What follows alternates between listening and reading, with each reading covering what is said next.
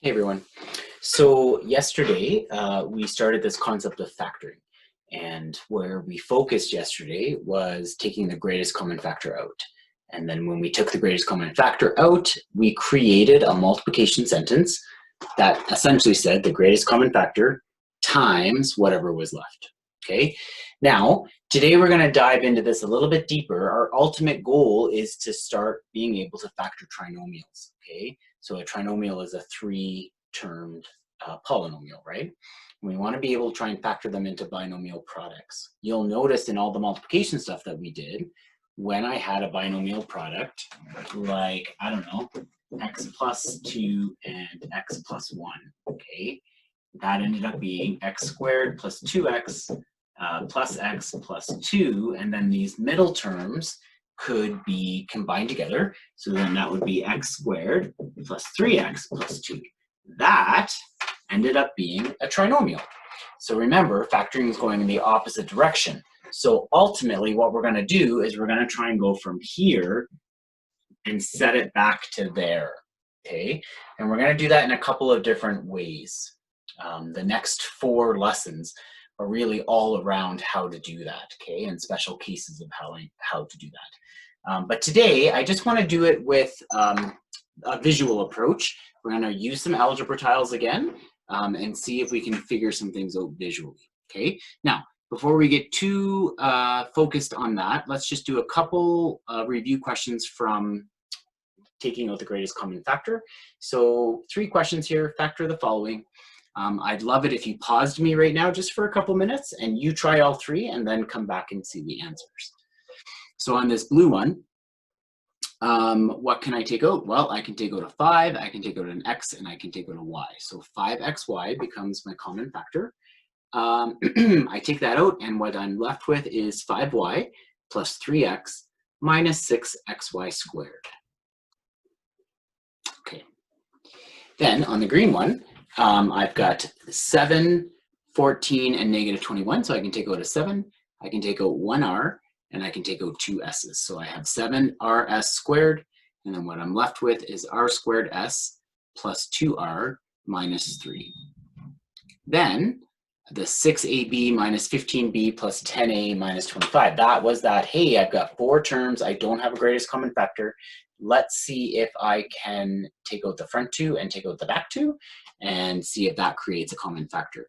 So I took a 3b out from the front 2 and I was left with 2a minus 5. I took out a 5 from the back 2 and I was left with 2a minus 5.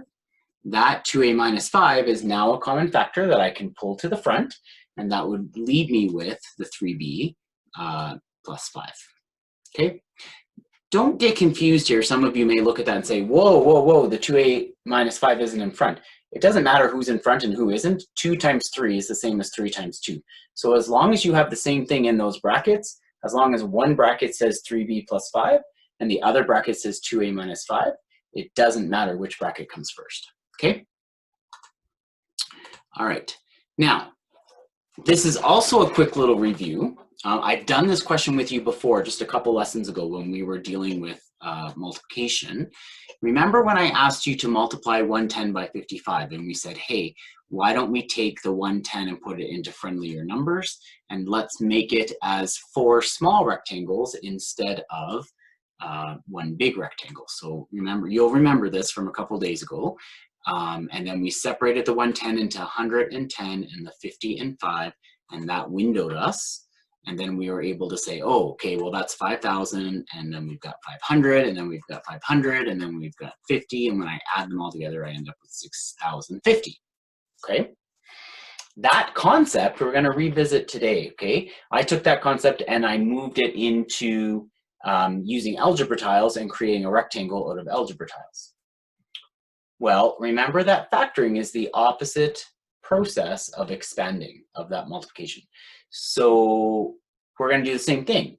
We're still going to focus on trying to form a rectangle. The difference is we're going to be given the pieces, and we're going to try and put the pieces together into the rectangle, okay? So just a reminder with rectangle multiplication, the dimensions became your factors, and then the space inside actually was the product, okay? So Then we did the same thing with binomials. We took x plus 3 and x plus 5, and we said, okay, let's put the x plus 3 on one side, and let's put the x plus 5 on the other side, and in here, we're going to create a rectangle of many rectangles, okay? And each rectangle was the result of multiplying two algebra tiles together. So x times x gave me x squared, then I ended up with 3x's up here, I'd end up with 5x's over here, and then I'd have these ones to fill in my rectangle. And that gave us x squared plus 8x plus 15. Again, the dimensions, which were the blue guys, ended up being the factors, and the area of the rectangle ended up being the product. Okay, so what did the dimensions represent? That was the factors. And what does the area represent? That was the product. Okay, all right, now the first way we're going to play this is with adding. Represent two polynomials so that added together they equal 6x squared plus 8x plus 2. For every one of you watching this right now, every one of you should come up with a different answer, okay? There are multiple answers to this question because it doesn't matter what's in your pile as long as when you put the two piles together, you get 6x squared plus 8x plus 2. So maybe I just want to draw 6x squared as one pile, and maybe in the other pile, I want to do the 8x plus 2, okay? Or maybe in one pile, I want x squared plus 1. Then in the other pile, I could write 5x squared plus 8x plus 1. And when I put those two piles together, I'd still get the 6x squared plus 8x plus 2. Maybe I want negative x squared in one pile. Can you think about what I need in the other pile? I'd need 7x squared plus 8x plus 2. Okay, so there's a ton of different ways. Here's two examples, or sorry, this is one example that I'm giving you, two piles. In this pile, I have 4x squared plus 4x plus 2. And in this pile, I have 2x squared plus 4x. When I combine those into the same pile, I would get the 6x squared plus 8x plus 2. Okay, now, is there more than one way? Yes, that was kind of what I was just rambling on about. Okay, this is where I really want to focus on though, and this is represent two polynomials so that if I multiply them together, they would equal 3x squared plus 4x plus 1. Now, the easiest way to do this is to create a rectangle.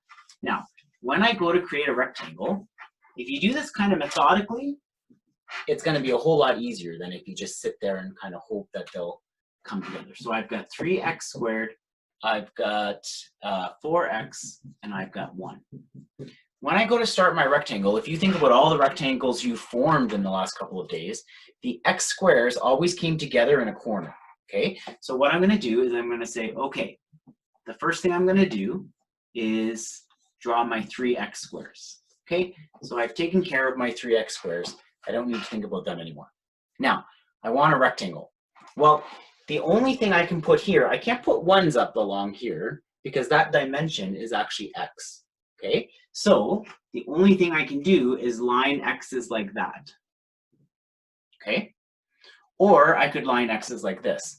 And so the first thing I always do when I set up my rectangle is I line x's in this orientation and then an x here, because what that does is it opens the door to stick a 1. The only way to get 1s in here is to have x's going in this orientation along with x's going in this orientation.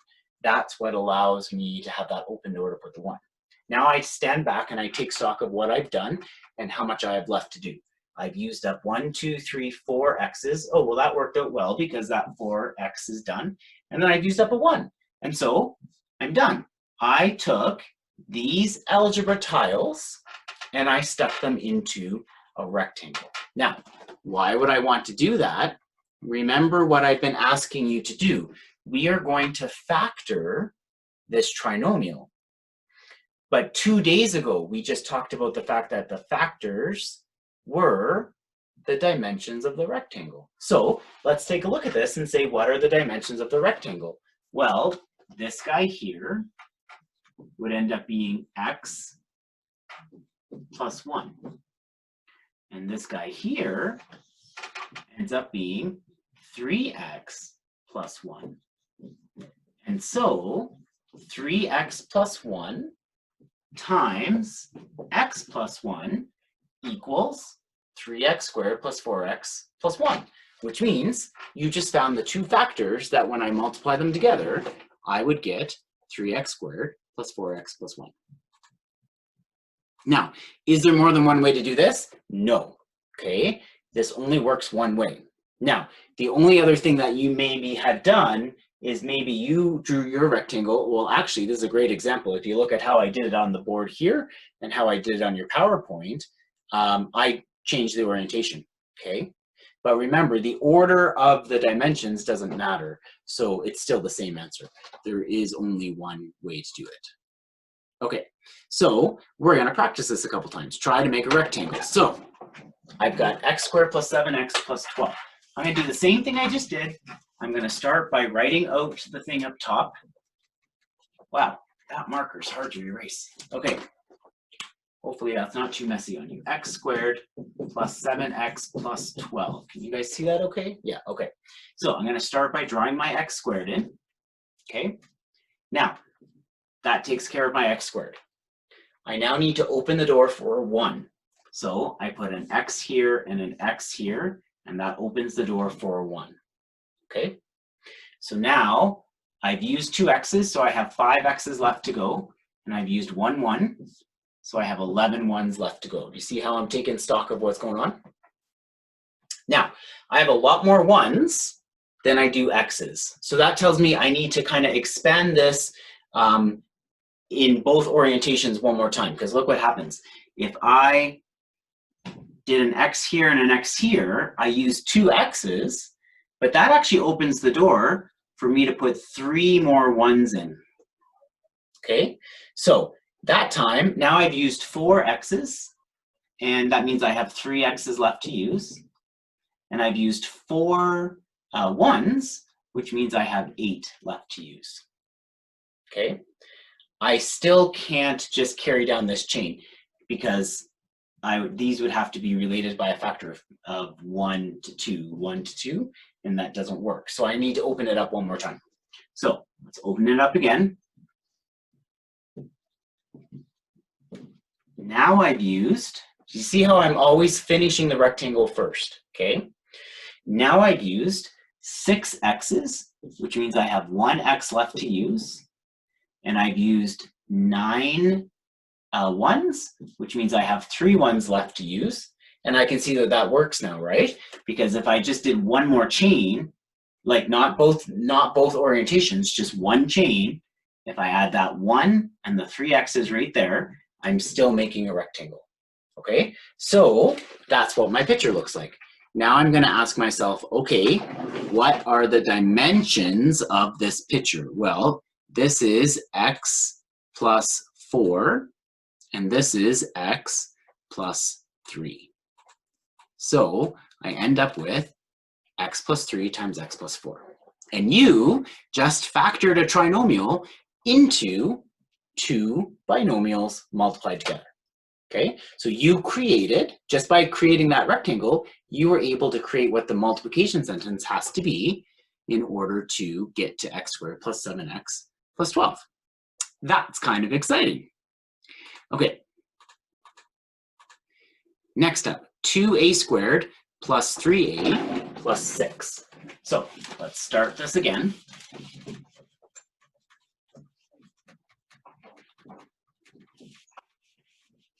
Okay, so I've got 2a squared plus 13a plus 6. So I'm going to start with my 2a squares, put them side by side in the corner. Now I have 2x, 1x, and then that opens the door for my 1. So I've taken care of the 2a squares. I've used 3 x's, or sorry, I should be saying a's. I used 3 a's, so that leaves me 10 a's left to work with. And I've used 1, so that leaves me with 5. Now, right away, I see, hey, look at this. I need 2 a's for every 1, 1. So I just keep going down this chain, because if I keep going down this chain, I'm going to be putting in 2 a's for every 1, 1. So I need to use 10 of them. So that's 1, 2, 3, 4, 5, 6, 7, 8, 9, 10, and 1, 2, 3, 4, 5. That's going to give me a perfect rectangle. And now I need to figure out what the dimensions of that perfect rectangle are. Okay, so again, I take a look at this side here and I say, okay, this side is 2x plus 1. And then this side is x plus 1, 2, 3, 4, 5, 6. So I've got 2x plus 1 times x plus 6. Now, I apologize. I wasn't paying attention. I should have been saying a there, not x. Okay, so 2a plus 1 times x, or I did it again, sorry, times a plus 6. Okay, all right, let me take that guy off. X squared plus 5x plus 5. Now, take a look at this guy. The process is always the same. So I've got x squared plus 5x plus 5. I'm going to start by putting my x squared in the corner. Okay, that takes care of him. Now, I need a 1, so I'm going to put an x on either side, and that opens the door for a 1. I've used 2 x's, so that leaves me with 3 x's left, and I've used 1, 1, so that leaves me with 4. Now, you can see a problem here, okay? I can put 3 x's here and 3 1s, but then I didn't get to use this guy here. If I opened the door, I would use 2 more x's, and I'd use 1, 2, 3. So 1, 2, 1, 2, 3. That left me with 1 x left to use, but I need 1, 1. If you're following this, I need you to see I can't make a rectangle. Okay? There's nothing I can actually do that would make this rectangle. And so when I can't physically make a rectangle, now it's not that you can't make a rectangle because you don't know how to, it's you can't make a rectangle because it's impossible. You can't line things up in order to actually create that rectangle. That tells you that this is not factorable. When we say not factorable, we're saying I cannot make a multiplication sentence that would work to bring me back to this trinomial, okay? So that's what you're going to be working on for the next little bit. I've given you your homework there. And if you have any questions, please feel free to connect with me. Good luck and have fun. Bye-bye.